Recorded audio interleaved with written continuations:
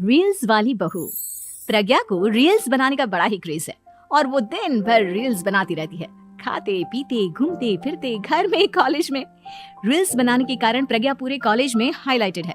जहाँ उसके रील्स सभी को पसंद आते हैं, वहीं मनीषा चिंता में डूबी रहती है। एक रोज जब खाते हुए प्रज्ञा रील्स बना रही होती है, तब मनीषा कहती है, एक मिनट भी चैन नहीं है इस लड़की को।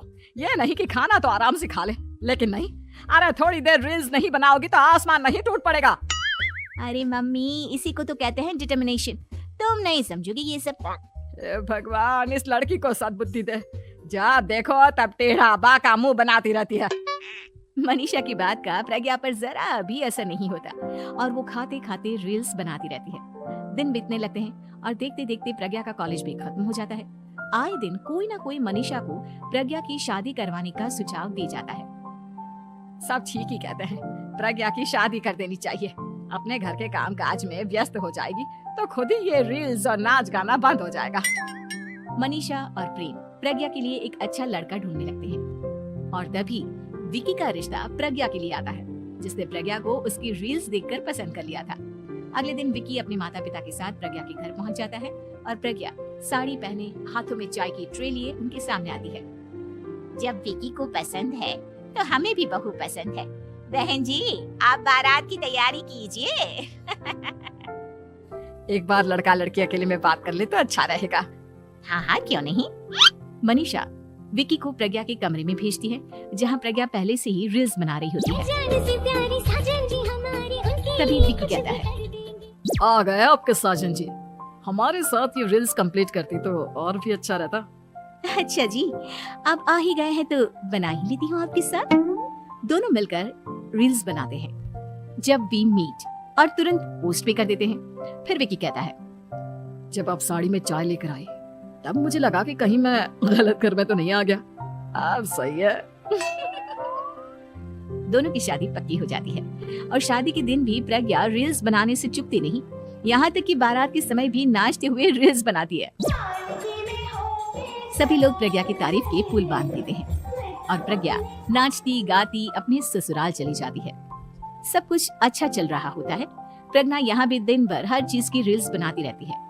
लेकिन कुछ दिनों के बाद जब सुनीता कहती है, बहू, ये रील्स के साथ साथ कुछ काम भी कर लिया करो। वैसे तुझे और क्या क्या बनाना आता है? मम्मी जी, वैसे तो सब कहते हैं कि मैं सब कुछ अच्छा बनाती हूँ, लेकिन मुझे लगता है कि मैं मैगी अच्छा बना लेती हूँ। हाँ, कॉफी भी अच्छा बना लेती हूँ और मुंह तो सबसे अच्छा बना लेती हूँ। हैं? अच्छा अच्छा। सुनीता अपना माथा पकड़ लेती है और कहती है, बहू, कुछ खाना बनाना भी सीख लेती। मम्मी जी, मैं लंबी प्लानिंग कर रही हूँ। जल्दी ही मैं इतनी फेमस हो जाऊंगी कि मुझे पैसे मिलने लगेंगे। हम दोनों सास बहू राज करेंगे, राज। नौकर काम करेंगे और लोगों की तो लाइन लगेगी हमसे मिलने के लिए। तेरा दिमाग खराब हो गया है क्या बहू? हंसी मजाक तक ठीक है, लेकिन इस तरह घर नहीं चलते। जितना जल्दी हो इस घर के तौर तरीकों को सीख लो।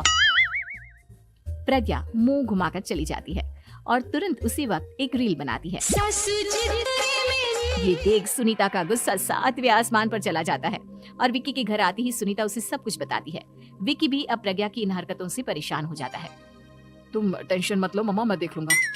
विक्की कमरे में जाता है तो देखता है कि प्रज्ञा रील्स बना रही है।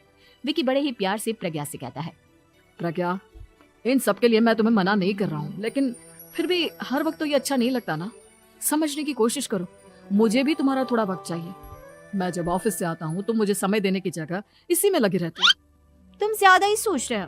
तुम भी मेरे साथ रील्स बनाओ ना, तुम्हें भी बहुत अच्छा लगेगा।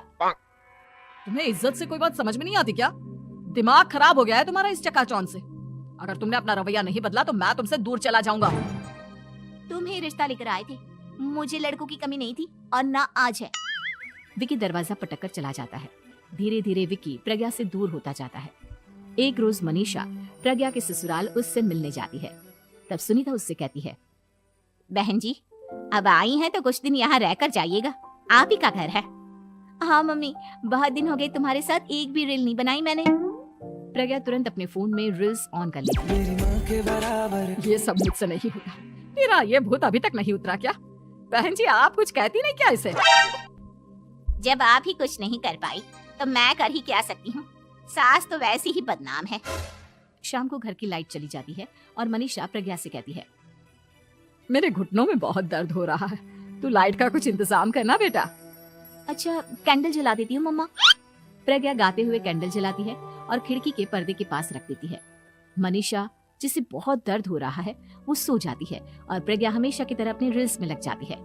उधर कैंडल की वजह से पर्दा आग पकड़ लेता है और मनीषा के कमरे में आग लग जाती है। बचाओ, कोई है, बचाओ। सभी भागते हैं और विकी कमरे की आग बुझाने में लग जाता है, लेकिन तब तक मनीषा आधी जल चुकी थी। मनीषा की हालत देख प्रज्ञा रोने लगती है। विकी मनीषा को तुरंत हॉस्पिटल ले जाता है और उसे एडमिट कराता है। विकी प्रज्ञा से कहता है, देख लिया ना, तुम्हारे इस नाच गाने की वजह से आज तुम्हारी माँ की जान जाते जाते रह गई। अब पता नहीं तुम और क्या चाहती हो। उधर डॉक्टर कहते हैं, इनकी हालत बहुत नाजुक है, आधे से ज्यादा जल चुकी है।